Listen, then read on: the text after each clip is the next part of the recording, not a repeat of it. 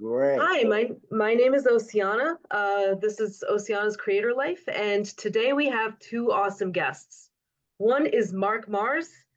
You might recognize him as the father of the cyberpunk and cyber psychedelic movements, or you might recognize him as the creator of Aeon Flux. What And is Beyond Flux?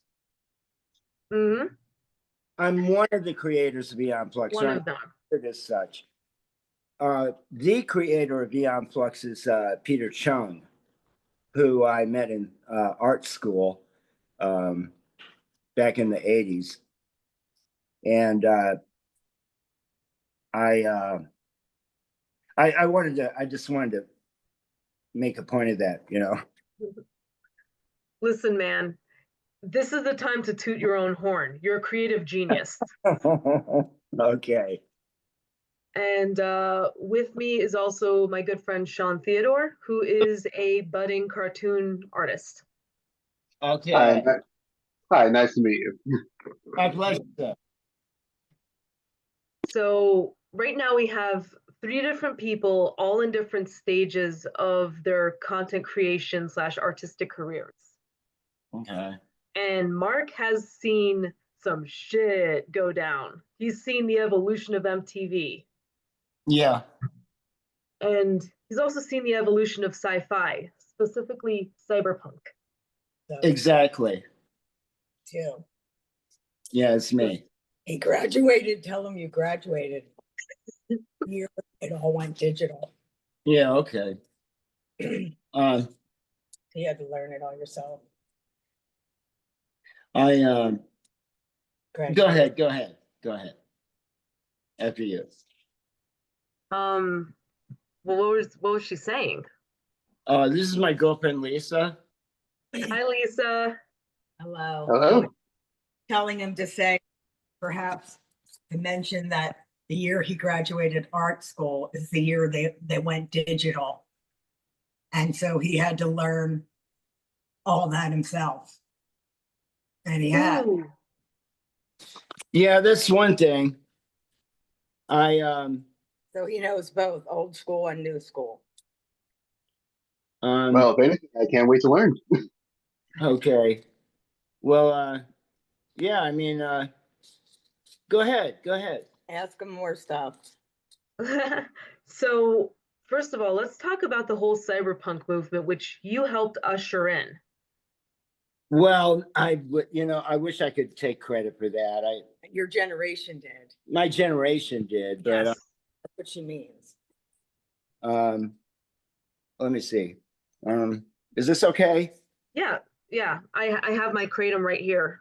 Like, I'm kind of stuck with these until I recuperate. So, No, you're fine. You're fine. Where do I was just wondering. Well, anyway, no, what's forget their it. location? I can't do this, Lisa. I can't do this, and I'll step away. I can only. I've got this problem. I've got a one-track mind, and it's really a great strength, except when it's not, and it's a impediment. So it's like something to do with that. But anyway, yeah, go ahead. so let's talk a little bit about cyberpunk, how your work and your creativity actually helped it evolve.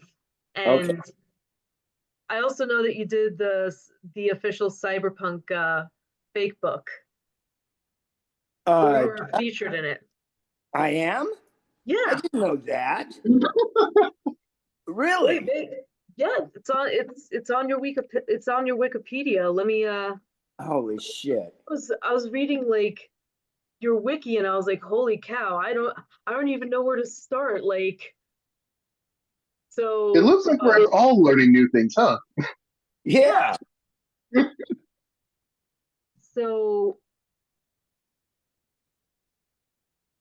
um let me just pull it up because yeah, okay, I swear I saw it. But I do see that you did Aeon Flux 1991 and L7 Pretend We're Dead. Oh yeah, L7. I know those guys. So I guess I should start with how on earth did you get your start, dude? Well, I went to Cal Arts, California Institute of the Arts in 1980. I graduated with a bachelor's in 1984 with film degree. And 10 years later, I gave a phone call to a fellow graduate from that school and fellow student of the film graphics department there, Peter Chung. And Peter Chung, and I just caught up with him on whatever was happening, hey, what's new? And he told me that he was working on this cartoon for MTV called Aeon Flux that he had created. And we talked about me writing for it. And next thing I knew, I was back in Los Angeles, collaborating on this show as a series. It had formerly been on Liquid Television as one of a series of different shorts, and those are fantastic. Some of those are actually in an art museum somewhere on the East Coast. Oh wow. Yeah, but deservedly so. Nice. They were brilliant, and so we worked on 10 half-hour episodes, and I did a lot of the dialogue, and I got an above-the-line credit for 3 out of 10 of them, but 9 out of 10 of them, 10 of them crossed my desk for editing. It was a true collaboration, and I'm very proud of it. You should be. It's like one of my favorite cartoons. It was not even like a normal cartoon. It was high art. Thank you. Like Aeon didn't really speak much, which was one of the things that was so interesting about her. Yep. So Yeah. like how did you help bring that specific, when I think of Aeon Flux, and I think that I speak for a lot of fans when I say this, it's not just the iconic graphics, it's the mood, the mystery of it. That's not. Thank you. I'm delighted. It's Thank not you. what. I mean, it's true though. I can agree. I was just, all I did was the writing for a certain percentage of all the shows. I didn't. I worked with Chung on at least two. Wait a minute, 3 that I got a credit for, and then like I did additional dialogue for the others, but yeah, I can't take credit for the dark tone or the music or the setting that was elaborately produced. There was a colorist I met, Kun Ho Lee, who did the color and tone for everything. And yeah, I mean, there were 2 animation studios that did the actual production. They were Mook and another one I can't remember the name of, but they were in Korea. Oh wow. Yeah. But the thing is that it's not just about the look of the cartoon, and I'm aware of that. It was also the writing, because everything about the way that like Aeon was done left so much up to interpretation that Right. That was that, you know, we had to very carefully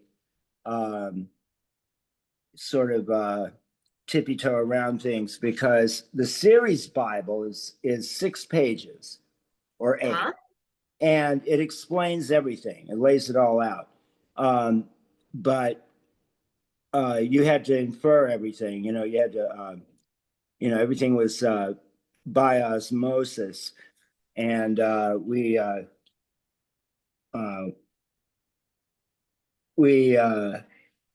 worked really hard on getting all the details across in sort of an aside kind of, oh, by the way. Yeah, You know, we didn't want like to spell anything out. so So, yeah.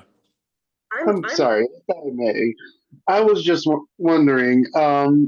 Okay, so even with just the intro for Aeon, with what you were just talking about, it made me start wondering, because there was a line about her being living on the edge, and this near the end of it that caught my eye was that literally the fly being caught in the eyelashes like a Venus Yeah. flytrap, but it got me wondering, was she the fly or the fly trap? I'm sorry, it just hits different after hearing you talk about it a little.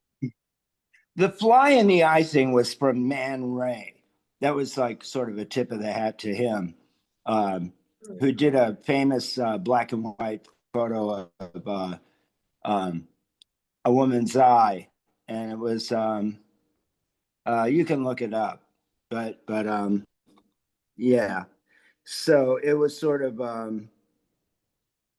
you know, that was brilliant. That wasn't me. That was Chung, of course. But I yeah, mean, and it also says that you were let me Cinna. see. The whole thing was there was a uh,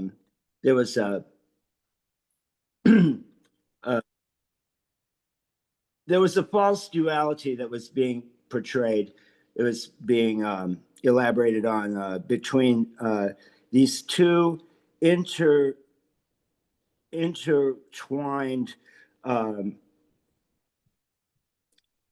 countries, Countries.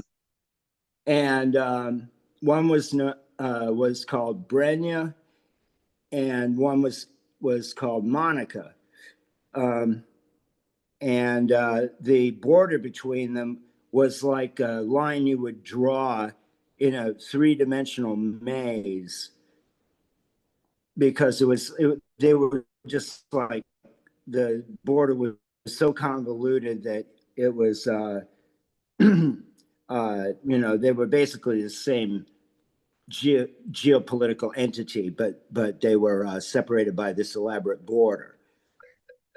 I co-authored a graphic novel that was in the form of an intelligence dossier that Trevor Goodchild had compiled, and it included I remember other that one. stuff.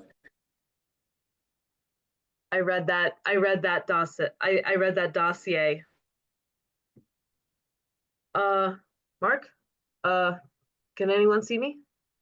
I can still see you. Okay. I think Mark got frozen.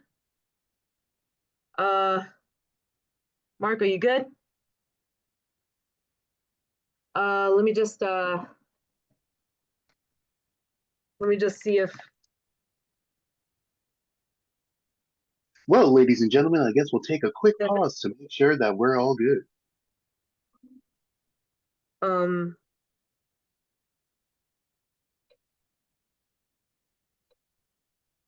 but yeah.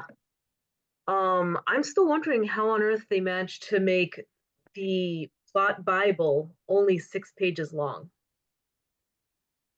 Eh, Uh-oh. short, simple, and sweet, hopefully. Yeah, so Because I I mean, don't know if you about think about it, like even with just like the Ten Commandments, it's just like that was technically only 2 pages. It's only 10 things, so it's just like okay, making it for something like that for a series like that, 6 pages for the future. If anything, that's just like amazing to do. So I actually am going to show the world a little bit about my plot Bible for my book. You can't really read it, but those are all the characters. I actually describe them, give them a backstory. A lot of the backstories are never going to show up in the book. And their main place where they go is also sketched out here. I actually like did a detailed floor plan where I put where everything from like the washing machine is to like where like what level they're on. Honestly, I do need to do that. Like even for my own character, which makes me feel bad for my writer because I just come up with all these random ideas for visuals, and he has to make it work into his writing. I So understand I that. feel bad sometimes. Sorry about Mark, that. you're back. Oh, hello. Yeah, my phone froze up, I guess. That's all. Totally fine. Um, we're still completely shocked by the fact that the Bible of this incredible series was only 6 to 8 pages long. Oh, the series Bible. Yeah. Yeah. Yeah, I'd be happy to share it with you. And I wish I had it here for reference, but it's not my property. I can't, I'm not at liberty to share that without Mr. Chunk's permission, at least. And I didn't tell him about this. I should have. I should have mentioned it to him, but I haven't. I don't talk to him a lot these days. But I'll ask him if I can forward you a copy of that if you're interested. Oh, absolutely. I'd love to Please. have him on the show too. Yeah. By all means, he's great. He's So, yeah. so another question that I've been wondering was, how did you and Chung and all these other brilliant minds manage to figure out where the line is for inferring versus telling people details? That was touch and go. That was just well, I mean, we had to really I mean, it wasn't easy, but I think we were effective in doing that and creating the illustrating the situation, the socio-political scenario that the entries in the series described. I think we did at least an adequate job of getting everything across. But it's full of what they call Easter eggs these days, or Yep. something like that.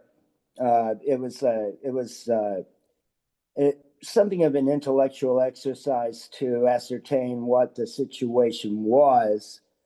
And a lot of people came to the conclusion that, oh, these guys are just being weird and talking about crazy shit that doesn't have anything to do with itself or anything else. And they're just like faking it. They didn't, this isn't about anything. Well, yeah, it is. So, And what was it about? well, it was about the false dichotomy between men and women. It was we incorporated a great deal of third wave feminism. I consider myself a third wave feminazi myself. Militant, in fact. Yeah. Same. I'm not sure if you could tell from my writing. Oh no, I got it. No, you know what? Yeah, I can tell it from her writing. That's why I'm talking to you. I wouldn't. I know it's very nuanced. I think you're great. I love your work. I really do. Bro, you're making me blush. I'm supposed to be all stoic and stuff. It's not Well, working you right now. kick so much fucking ass. You're just you're great. You're great. I love you. I love what you do. That means so much coming from like someone who was part of that team that I like looked up to in high school, and I was like, Oh, oh like no, you're kidding me, Larry. Oh my God. Okay. Yeah. Well, I'm embarrassed myself because I think very highly of you and your work, actually. I mean, And I agree that with means a lot of it, most of it, all of it, really. I'm glad, and I mean, you get everything across. I mean, your experience, you have, like that article you just put out about, like you were at dinner with your significant other and I got the whole thing and it was just like, wow, I mean, you put me right there in it, like your point of view and um how ridiculous and absurd the situation was, how outrage would be appropriate but ineffective, and I gleaned a lot from that. I love what you write. I really do. thank you so much. I mean, damn, for once I actually don't have words because I'm like was not expecting that from someone I look so highly upon. Oh shucks. Okay. Thank you. Words. Thank you. Sorry, and look at that. I managed to topple everything over on my desk. So when it came to like the idea of like feminism, I remember that Aeon herself, she resurrects a lot. Or at least Oh yeah, the dying thing. She dies in every short episode, and like half of the. I think she dies in every one of the series episodes too. Yeah. so So how does she come back? well, um, that was just an arbitrary conceit. Actually, we just did that because what the hell, True. we just decided to do it like that because we thought it was um, Interesting. left field or something. I guess. To be fair, some of those But death scenes were funny. what? Some of those death scenes were funny. Well, they were meant to be slapstick to the point of gallows humor, but yeah, I mean, it was. I mean, like, oh my God, we could talk for hours about all this. I just want to I want to respect your time, and I want to try and I mean, I don't want to I'm really talented at tangentializing like endlessly, so I kind of try and want to keep the then guardrail on that. then go on a tangent. We can extend this time. Like right now, I'm completely enthralled on figuring out like what's going on behind the scenes and learning how you manage to perfect your craft. And I'm just Uh, here to learn as much as I can. As an illustrator on my side, I find your input as a writer, like the word the word is lost to me, but it's just like very very valuable just to see it from the other side. Because me and my writer, we butt heads at times, but it's just like it's that very valuable to like hear it from a professional. okay. Yeah, yeah. By all means. Um, So um, I also have a question about Trevor yeah, yeah. Hit me. he had like this At first, it just seemed like they were adversaries, him and Aeon, but it became so apparent that he was obsessed with her, Yeah, almost to the point where it felt like she represented something that he lost. or that he lacked. Yeah. Yeah. What was he pursuing? I don't think that he really, I think that was one of the things he wanted to figure out himself. I mean, her enigmaticism, I don't think that's a word. Hey, Cheetah, what's happening, man? Anyway, her enigmatic, I don't want to say nature, but character, um, and the fact that she was her own person and could get away with it because she was like that good, and she was a hard target, and because the thing is, she represents. I mean, she would disagree with us on this, but for lack of a better way to put it, she represents Monica, which is this non-entity, this anarchy uh, that's uh, that's one half of the convoluted maze I'm talking about between Monica and Brenya. Trevor Goodchild is one of several chairmen who have presided over Brenya for all of living memory anyway. And before him was uh, a chairman named Clavius, and on and on. All of this is spelled out better in a graphic novel mentioned earlier that illustrates the origin of Monica and Brenya. They were once one nation called Baranica, and then they separated uh, because Brenya just couldn't support basically half of its population, um, and so it sort of extricated itself from itself, and it was kind of a mitosis or something. So then you had Brenya and Monica. Goodchild became the chairman of Brenya because he introduced a virus that made cartoon characters come apart at the seams, and then he miraculously shows up with a cure, and that made him very popular. And so he took over the nation by way of like Almost they like a didn't grift. know that he had engineered huh Almost like a a what grift, like almost like a grift, like what happened in the US.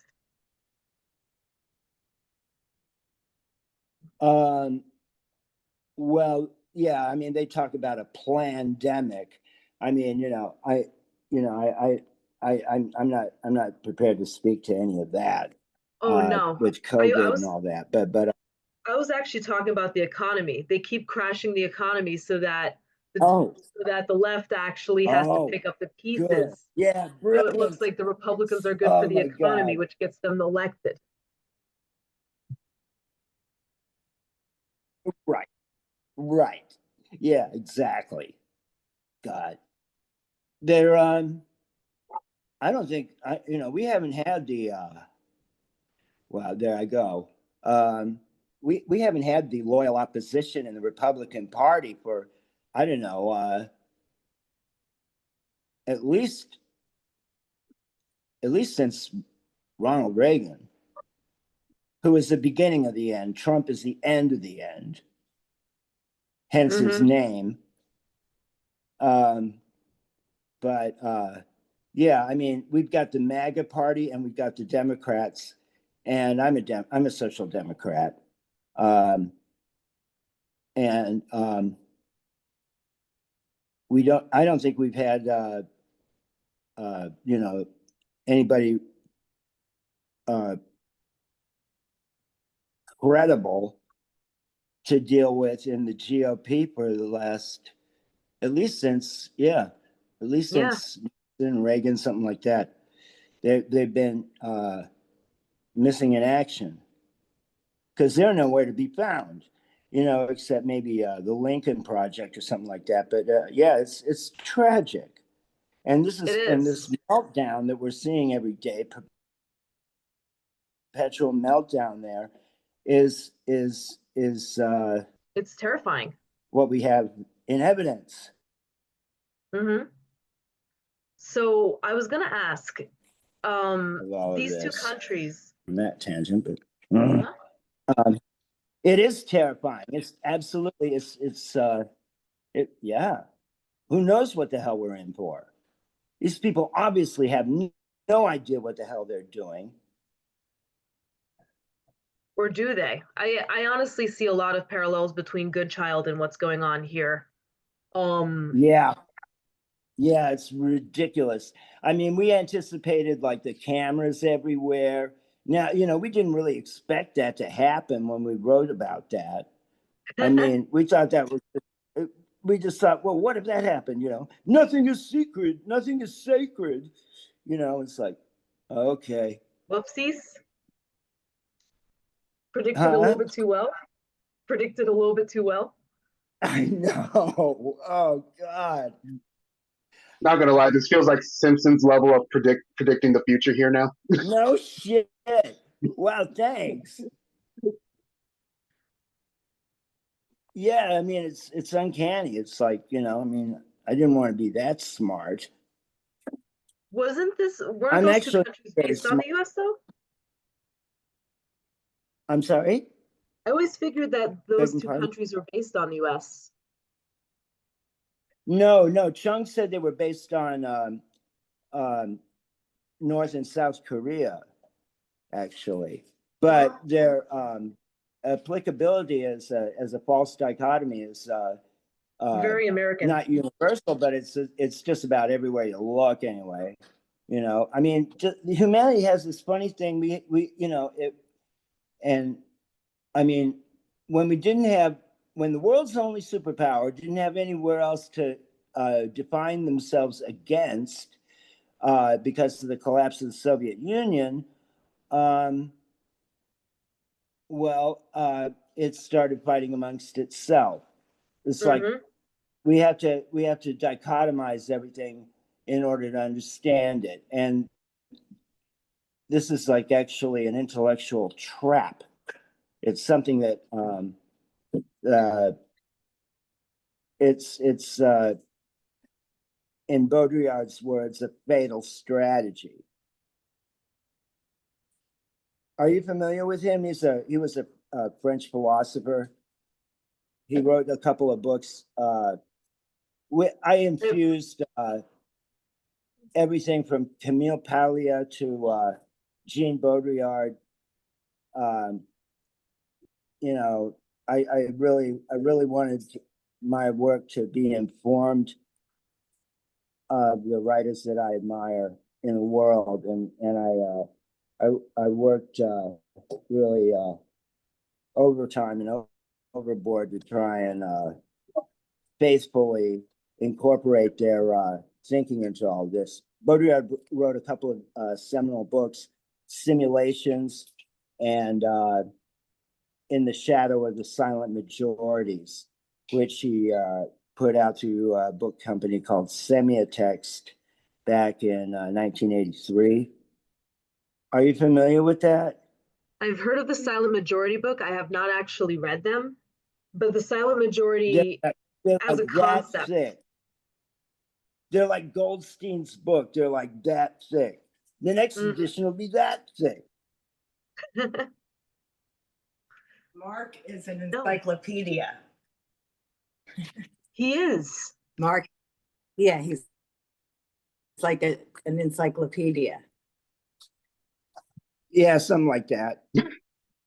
He knows a lot. I'm a pinnacle encyclopedia. Anyway, pinochle? yeah. So pinochle, like a pinochle deck Oh, of cards. I was just riffing. Anyway, yeah. Never mind. How old is she? Hmm. How old is she? oh, I just turned 37. Okay, you look 27. Everyone She says says you that. look 27. You do look 27, but you don't look 27. Guess how old we are. Yeah, Um, guess how old? well, I figure that I mean, don't get just I figure that he's robbing the cradle. ballpark. So I think that he's like, Oh, wow, you're huh? a sweetheart. He's not a lot older than me. No, I'm 63. I Lisa's figured younger that than she me. was like 45. And I was like, oh, I have an age gap No, relationship I'm too. 60. Oh, okay, yeah. You look really good for your age. Respect. Anyway, so that's that. Oh, where did you go? Where did she go? She said you were robbing the cradle. In other words, you're a young girl. Okay. I mean, I I thought that like she was her. like maybe I 45. do like her. So Right, when right. it comes to the Yeah, that's Go What's up? ahead. yeah, go ahead. when it comes to like the philosophies that you were trying to show, now that I hear that this was actually supposed to be an allegory for North and South Korea, that makes a lot more sense because there was this huge element of propaganda that also helped set the stage for so much of the plot. It's frightening to see the United States government basically replicating Putin's Russia and Kim Jong Un.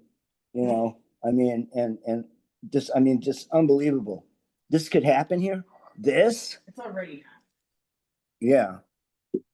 So That's true. yeah, we didn't expect that.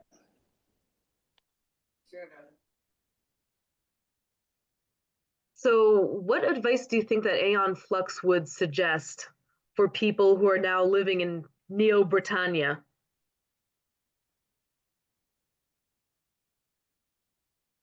Mark? Mark? Are we frozen again? I believe so. Welcome to the Ice Age. I feel like I'm doing like an Elsa thing. Everything is frozen. Well, I mean, you got the hair for it and the looks, so yeah. Yeah, next time I'm just gonna wear all blue. Just be like, the Oh, cold never bothered me anyway. ooh, but that's not Like bothering you. There we go. this was like a real like mind-blowing moment because I was never expecting so much of that to actually be related to the philosophy that like I'm a fan of French philosophers in general, but I had heard of the silent majority and I always thought that there is something true to that, especially in a social political manner. But I never really saw it coming in Aeon Flux on that level. It makes me wonder, like, maybe I should be researching more.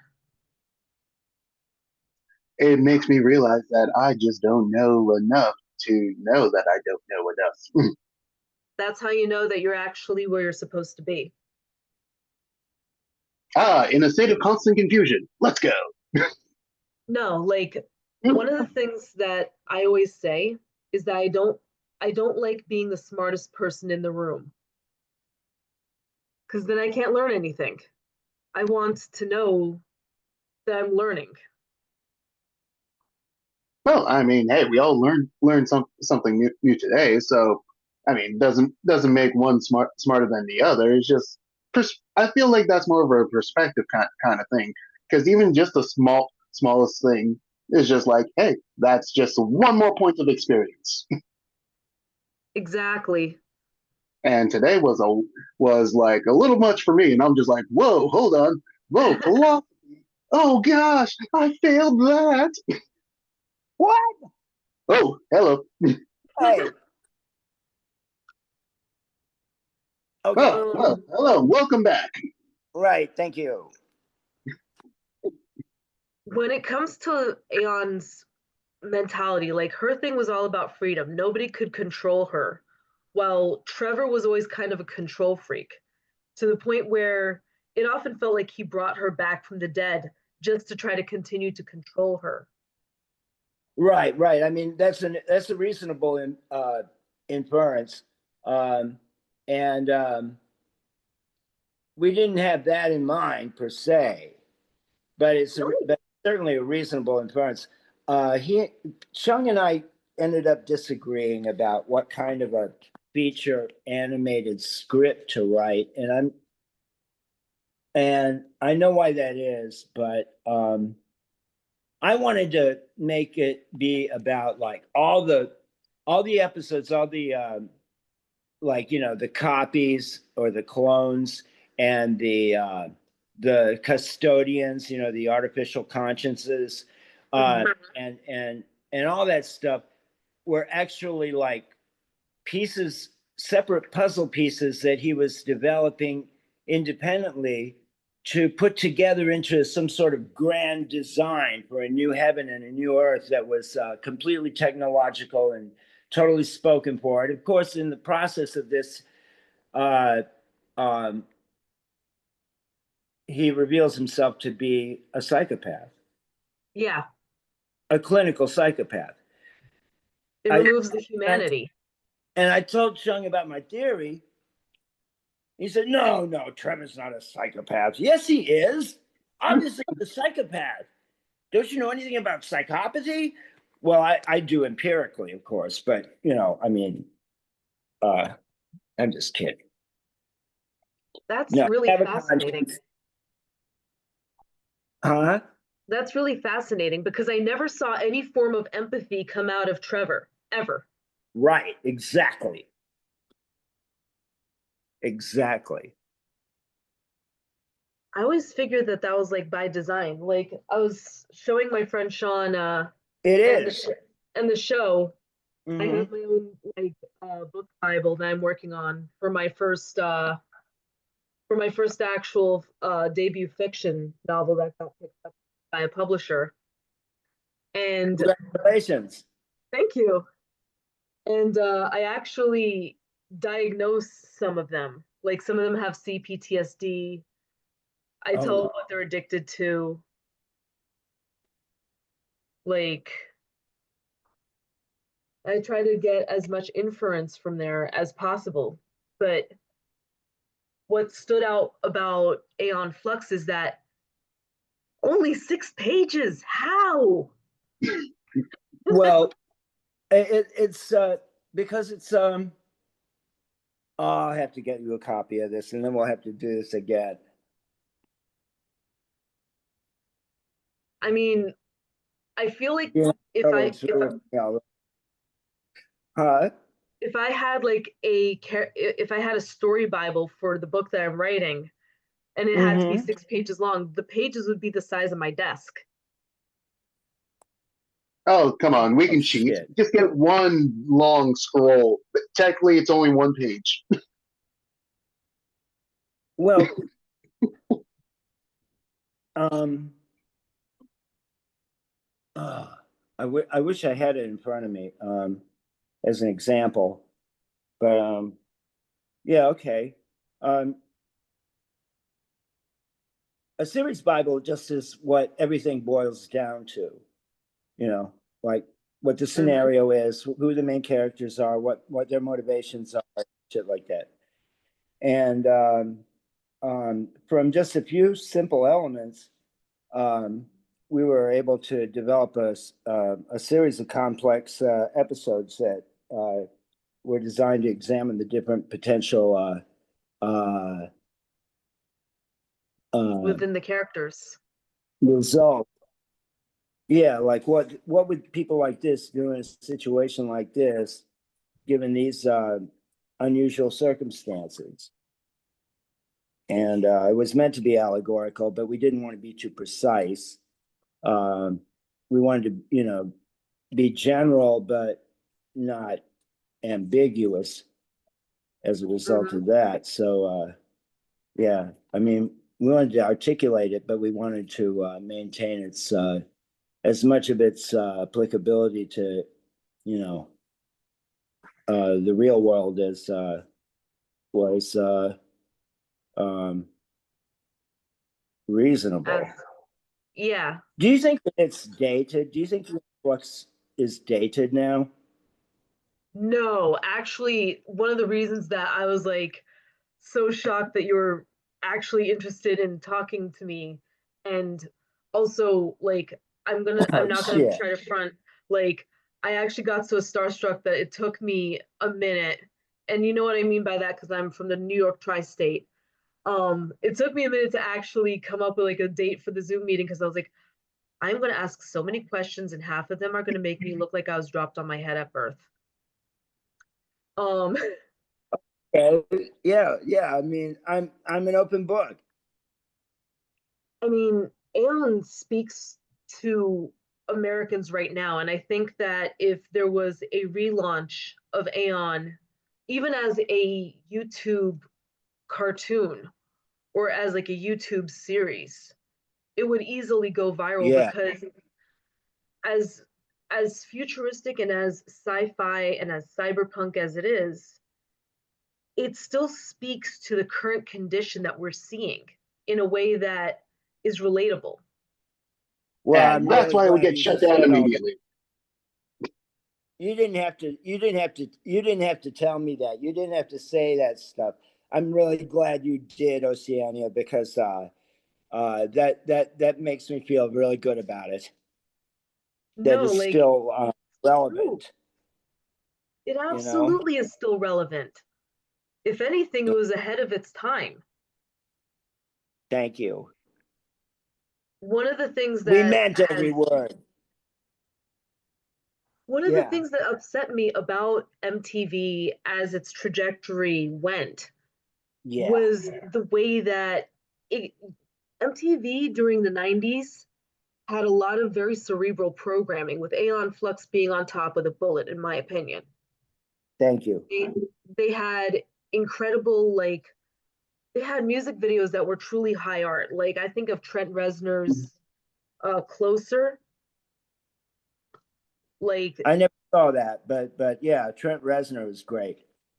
yeah. The orgy videos, Stitches in particular, was a huge influence on me. As soon as I saw it, I was like, everything now makes sense. And I just see this massive decline into this weird Disney-fied, brain-dead version of what it once was. It was as if it declawed itself. Yeah. Yeah. Money talks. I Go don't ahead. even think it was money. I don't think it was money, Sean.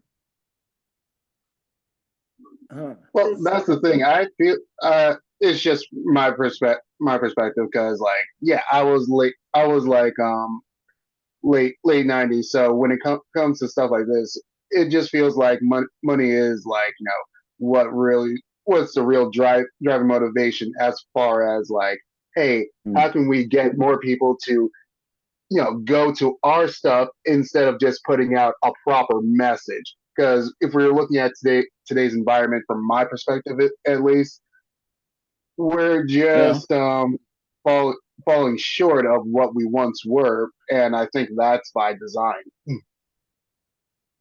How did you get on MTV's radar too? Because I know at least 5 million people who would love to be on MTV in any uh, capacity. Yeah, including me. I mean, you were But though. yeah. Yeah. Yeah. Yeah, they started doing reality TV after I don't know, they changed ownership or something in 1995 or I mean we were on there for one season of 10 episodes, and then the next year in 1996 they just like they wiped the slate and went to reality TV as a general genre. And nothing, it wasn't just us who got shit canned. It was like the whole liquid television. Mm-hmm. Beavis and Butthead. Oh, I missed that Right. show. We were the opposite number of Beavis and Butthead. That's what the Village Voice described us as, which I found really great. I can't even love believe that. it. I can't even. I have a terrible self-image, and I mean, I'm okay, but yeah, I mean, I'm very proud to have been associated with that particular show, and I haven't been able to parlay that into any other work. It was like I thought it was the beginning of my career there, but it was the end. That doesn't seem fair. I know somebody who's going to want to talk to you. I'm going to be introducing you to. Oh, my delighted. publisher. Yeah, my publisher is the one who discovered me, and since then, like, I've been working under his tutelage as, a writer. He's been helping me push myself to like frontiers I've never even thought I could in my craft. And I'm sure that you know how it is when you feel like you're just like stuck at that plateau and you can't quite move past. I think you two would get along very well.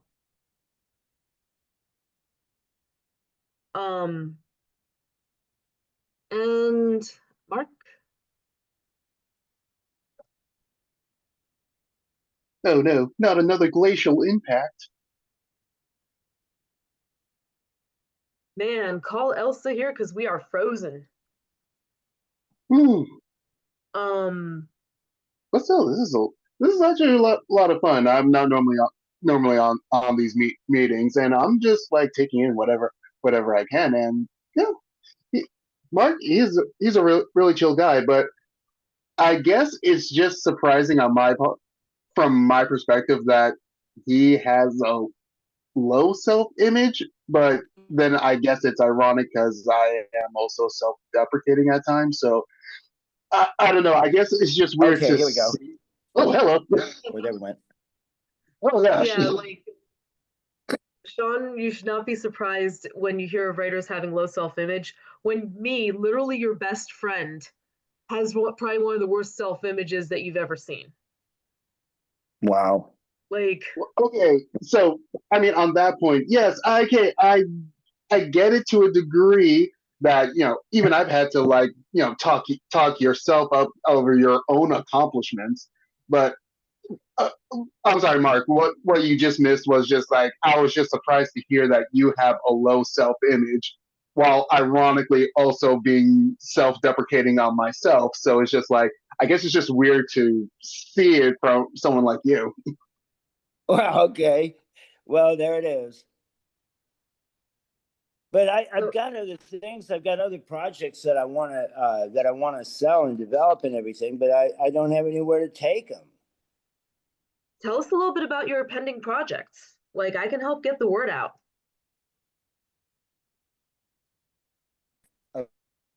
Album. Mark? Come on, internet. We need to hear about the projects. Okay, let me turn off my video and hopefully that'll help. Oh, yeah, I'll turn off mine then. What is it? Wait, do I just hit stop video? Okay, I'm starting to see some video. We're getting somewhere. Wait, you Yeah. see video? Yeah. I mean, I just turned mine off, but I can still hear. Ooh. It's my latest, and Oh, Hello. Like, right. Yeah, it's here. I'll read it to you. Oh, yes, Deep in please. lost. What?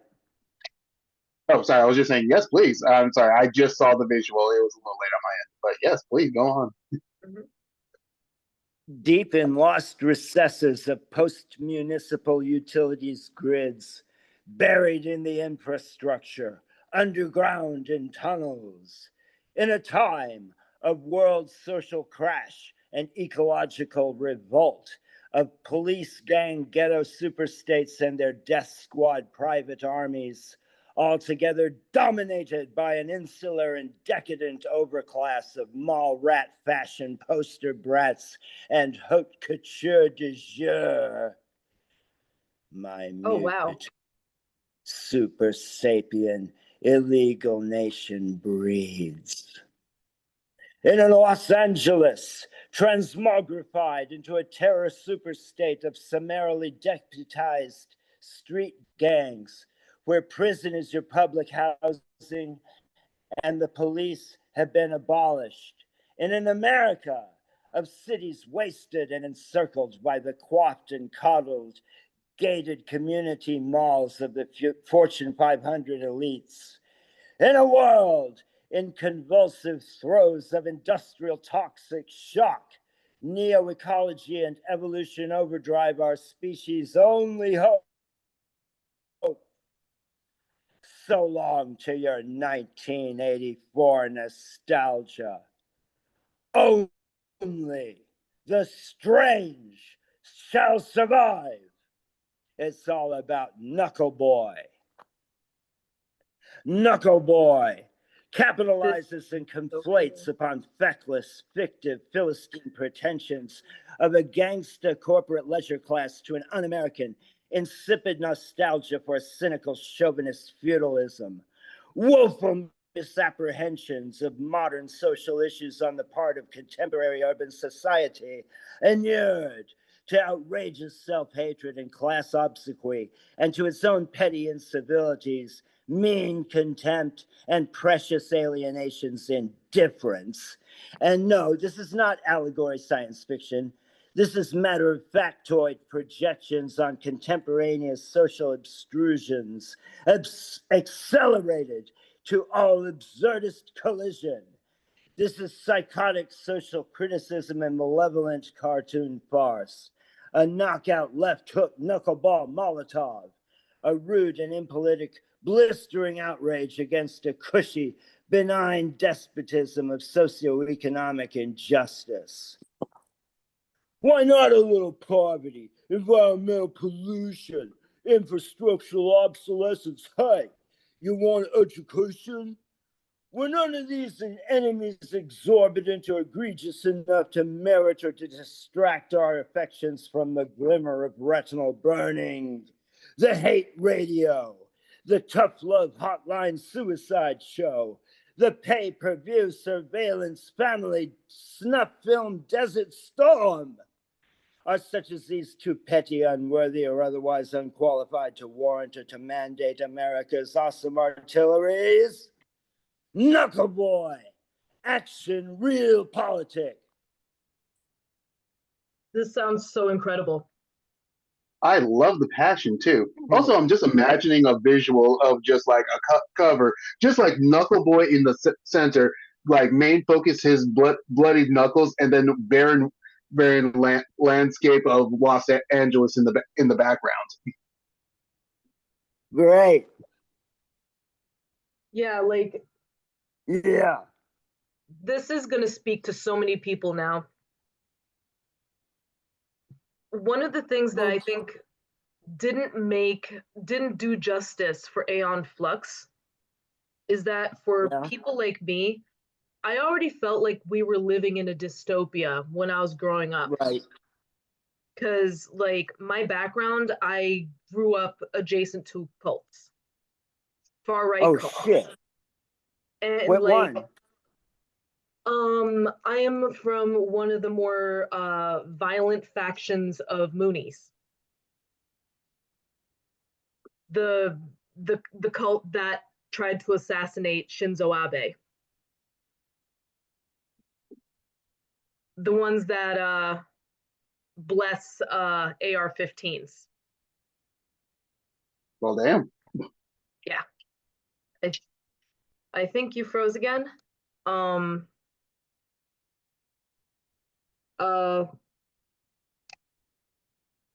But yeah, a little bit about that is that when you grow up in that kind of environment, you don't have freedom of speech.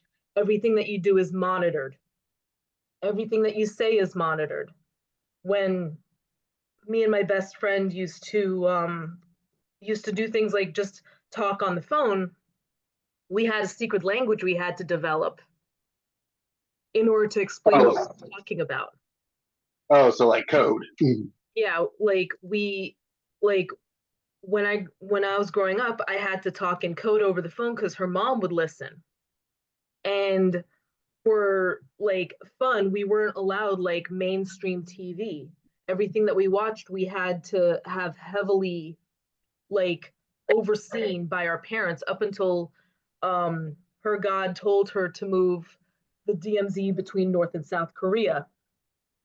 And then my mom started to let me have like mainstream TV.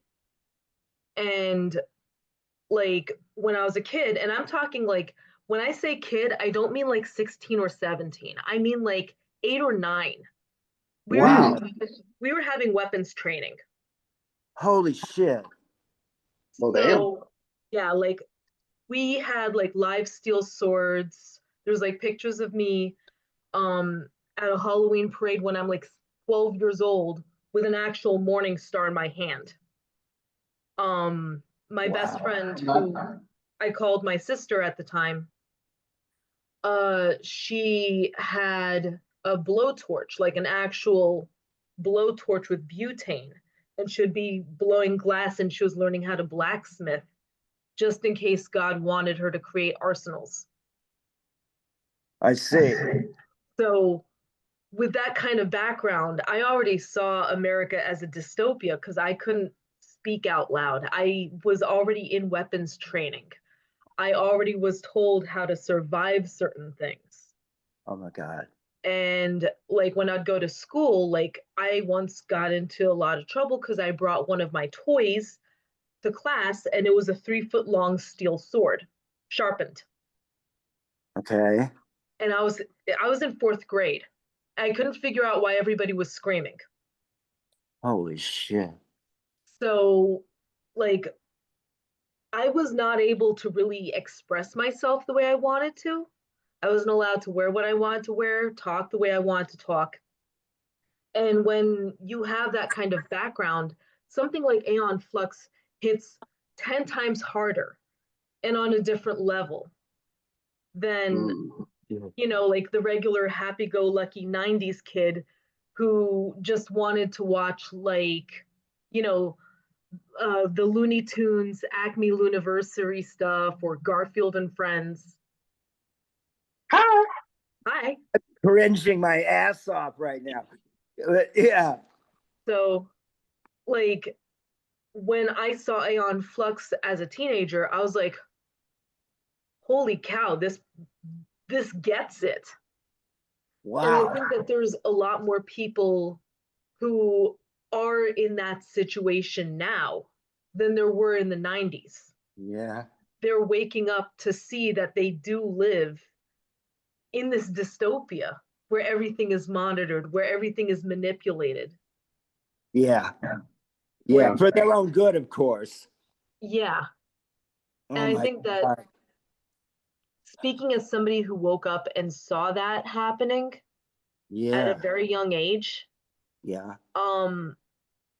honestly, Aeon needs to come back right now because this is literally the allegory that's going to help wake people up and help them realize like the reality of the situation and open up their eyes to see that the aeons of the world are not the enemy. It's Goodchild, Right. who's an evil dude. Right. Right. Yeah. Yeah. Yeah. Yeah. Psychopathy is not a good thing. It's a bad thing.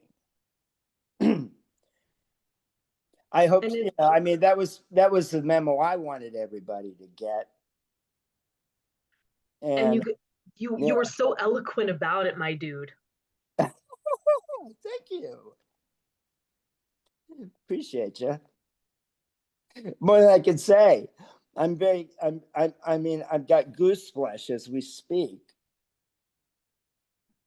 Thank you so much. Like, what you made was not just a cartoon, it was high art. I just want you to know that. Like, it means the world that you actually see my writing as worthy. So Oh, sorry. fuck yeah. No, you're good. You're one of my favorites on Medium. I've got like 5 or 10, but yeah, you're up there, man. Number 3. I think let me see. Who are my favorites? There's Benjamin Kane. There's Dan Foster. There's Umair Hake. I love Umair. Yep. Yeah, Jessica Wildfire. We haven't heard from her lately. She actually quit Medium. Oh. Mm. I don't want to get into that in public, but I can explain in private what happened. It had a lot to do with the payout issue. Okay. Okay. Yeah. Okay. Yeah. I don't want to, I mean, and you and Lilith Hellstrom. I love her. Yeah, she's great. And you're great.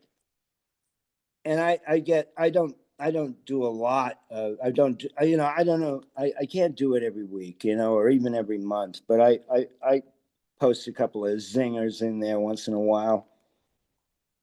I suppose I don't know what you think of those, but if you've ever seen any of them, but yeah, I'm proud of them. I think I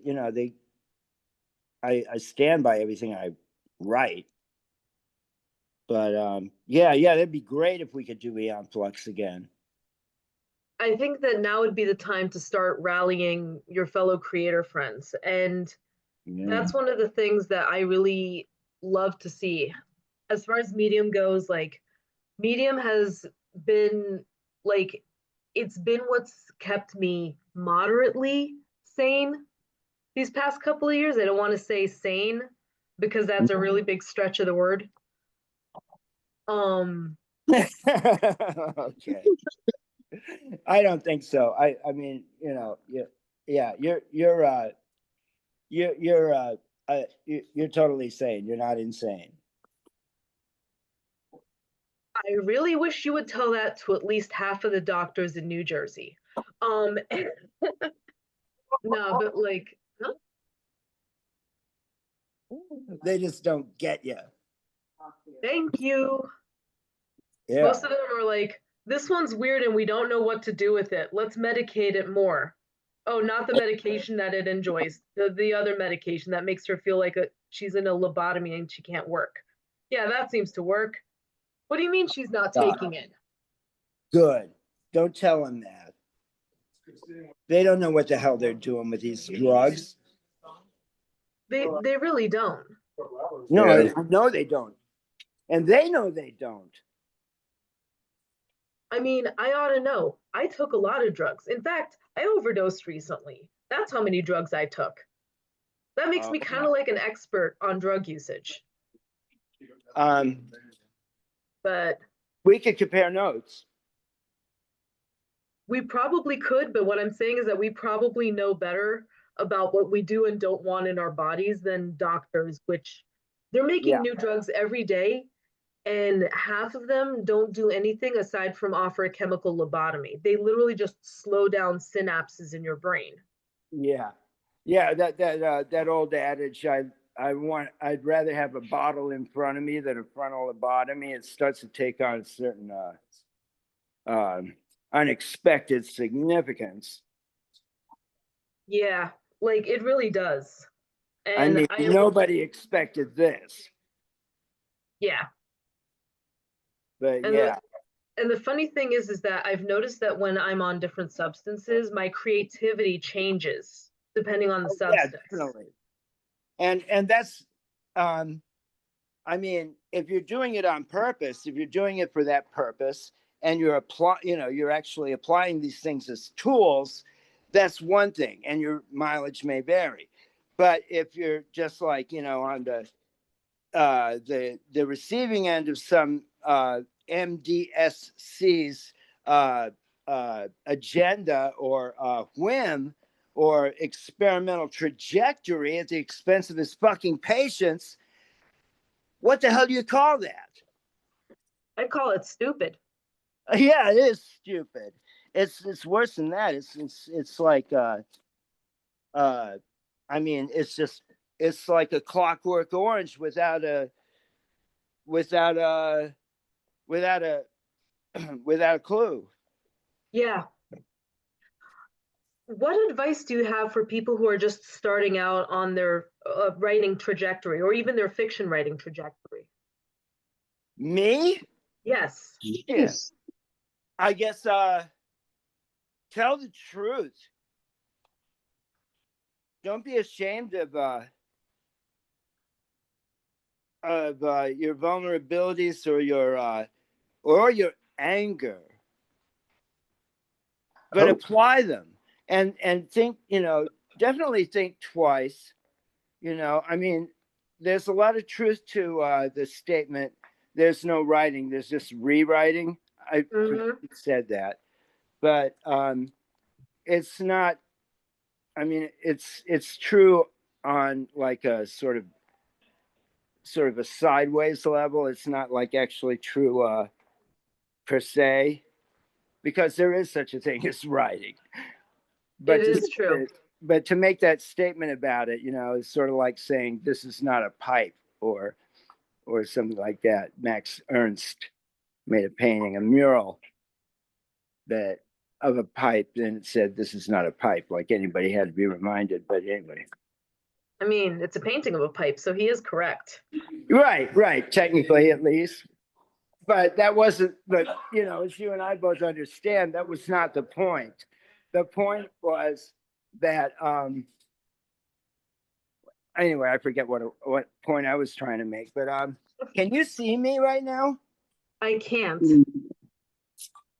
But Excuse me, but if I may interject, I just want to say, like, with the advice you just dropped, it actually hit home for me because I was before this call, I was talking to Ossiana about a plot for a story that hit me because I had just finished going through like a healing journey after my father's passing and going through a divorce, and it was going to be based on those points as like as like the core theme, and also the main character would be going through a path of redemption that is basically self inflicted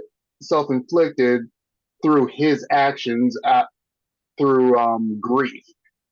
So hearing you say just write the truth is it just hit home and gives like inspiration to just like what I'm just gonna go for it as far as like making this into like a comic of my own.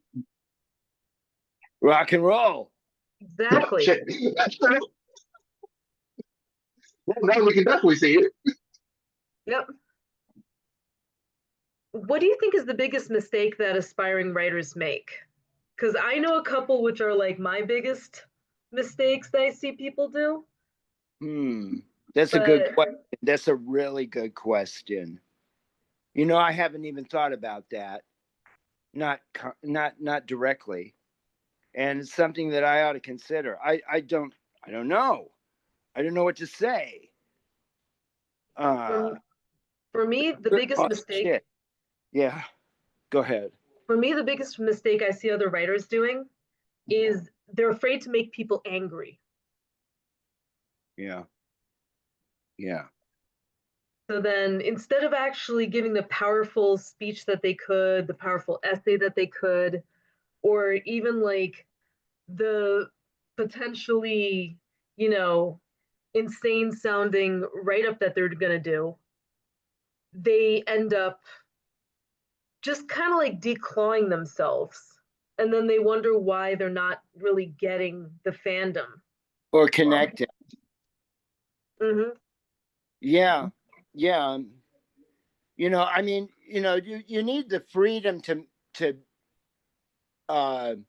be wrong, to you know, go off the deep end, you know, and learn from some, you know, from your own mistakes. You know, I mean, that may sound like I'm promoting unprofessionalism, but no. I mean, if you're an author, a writer of fiction, you know, I mean, I think of the Rolling Stones. You know, they're the nature of their lyrics evolved over time. They started writing songs like "Who Wants Yesterday's Papers," "Who Wants Yesterday's Girl," "Nobody in the World," like throwaway bullshit trash. Mm-hmm. You know that, you know, and then they started developing because they started to mature as individuals, as people, and they realized that, you know, they had to like sympathize with the other party. You know, they had to learn how to do it. They feminized, and they ultimately, you know, they wrote material that was sympathetic, you know, rather than just you know, the, you know, just Standard trash. thinking crap. And you know, I'm sorry to characterize their early work that way, but you know, it's no mistake that, you know, when they got rid of Brian Jones, they were able to, you know, sort of they were able to get past a lot of that, because I'm sure he was responsible for those shitty lyrics that they were writing at the time. And when they got past it, um, because Brian Jones met an unhappy death um, in a swimming pool at some point. I mean, the guy was like terrorizing his girlfriends. You know, he was a classic abuser, Mm-hmm. and they moved beyond that mentality, and it was educational for me to take note of that, and to, you know, I mean, I applied the you know, lyrics from Sticky Fingers, or um, um, um, you know, those later albums to my relationships with women, and um, you know, you know, just to be consistent. Does Yeah. that make any sense at all? No, it really does, because one, I've noticed this issue particularly with pop music and hip hop music, Oh, where I can't tell the difference between lyrics from Kanye versus lyrics from Fetty Wap versus lyrics from the next like male pop star. And it's aggravating, because after a while you're just like, oh, what a thing to say. Oh my God, that's rich. You're so great. I love the way you just make mincemeat out of people who deserve it. that's just the thing. Like, I look at how Nas did like that one cover with Beethoven, where he had an entire thing about, I know I can be what I want to be if I work hard at it. And it was literally just a motivational talk for all the children of color who felt like they didn't have a future. Well, that's cool. I mean, you know, you Like can't that. that was a brilliant piece of work that he did. Who, And Kanye? then, no, that was Nas. Who was Nas, it? yeah, Nas hates Kanye. And I God. was sitting there, I was like, where is this in this generation? Right. All we ever hear on the radio, and I speak as somebody who lives this way, Mm. is getting drunk, getting laid, Yeah. Yeah. getting blow, and then getting money. It's like, okay, there's more to life than that. And sometimes I want to see something that's not either a love song or a money, cash, bitches type song. I want to actually go, So would it Right. just be simple to say that that music that's actually pushed today just, you know, has no soul? Yeah. Wow. I mean, Yeah. Hmm. it's I very mean, you got to rare. look for the gems, but it's just like all that's being pushed out is just generic shit. I've got an album. I just finished it. Oh shit. Yeah. It goes with that book I was showing you. Really? Yeah. Um, We need to link you up with Alex S. Johnson. You heard of him, right? no. Uh he's he's like a publisher. He's kind of been like my mentor in recent months, and he's kind of like one of the people who is part Beat Generation, part cyberpunk. Wow, great. We can So talk you can about William Gibson and um, Neil. What was his name? Neil Stevenson? No. Don Shirley. The guy who wrote Cryptonomicon and Snow Crash and one of the cyberpunk authors. I read like 5 of his books or something, and I can't remember his name offhand. Now I look like a fool because I can't remember either. Yeah, Um, amazing. And me being the biggest fool for not knowing what's going on. Yeah, I don't pay so much attention these days myself. Um, I guess. I mean, I'm not like hermetically sealed away in a gulag somewhere typing, but I might as well be. I'm kind of headed down that path. I notice that when I stay alone for a long period of time, as long as I get certain needs met, I actually become like really smart, like smarter than usual. Um, Especially like after this weekend, I definitely am down to be more hermetically sealed. Yeah, But solitude is good for a writer. it is. It's a way to, it's definitely a good working method, at least for some people. Yeah. Exactly. So what's your favorite cyberpunk novel? I want to say Neuromancer, but that's probably just like because I like the title. That was a brilliant one. I think Cryptonomicon probably is my favorite by the author whose name I can't remember. I love William Gibson's idea of having humans that were resurrected as moldies. I'm not familiar with that. I don't know about that. Pretty much Oh. after a certain point, human bodies were able to be transferred consciousness into like a Oh fungus yeah, based. I was yeah, like, yeah. I could see this happening, or like a clone version of me that's still walking around in like 2177. Um, I also feel like that would be really bad for society because a lot of people would get way more reckless than they already are. yeah, Also, because would they could just dispose of themselves. Like it give a whole new um, definition to empirical experience. Yeah. I was just thinking that it would also just like drive the line of what is real. Am I real? Just tossing in like the existential crisis of like what is humanity at that point if you can just toss away your body Yeah. and jump into a new one. Are you even the same person? Is it just a copy of yourself? Where am I really? What am I really?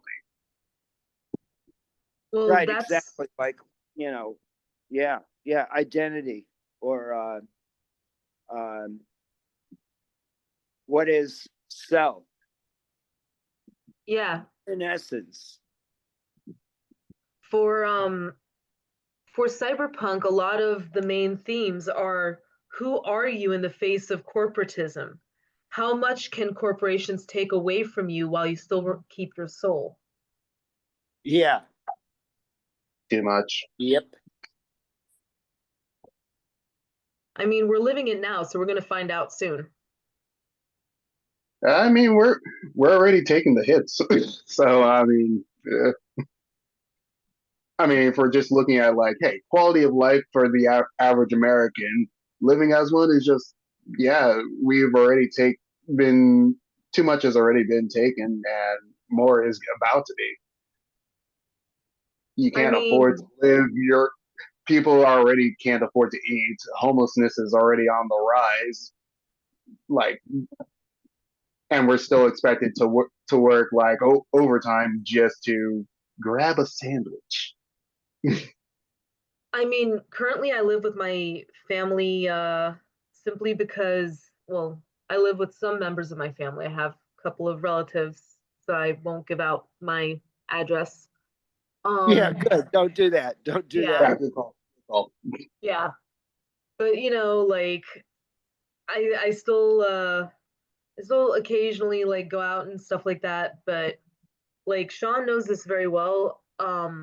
I went from being very rich to very poor very quickly. Wow. Um, and the thing is that I was very poor before I was able to afford 4,000 a month in rent.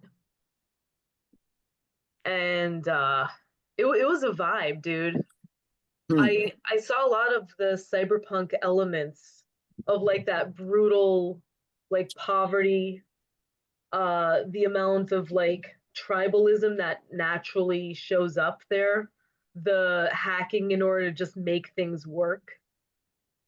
And we're gonna start.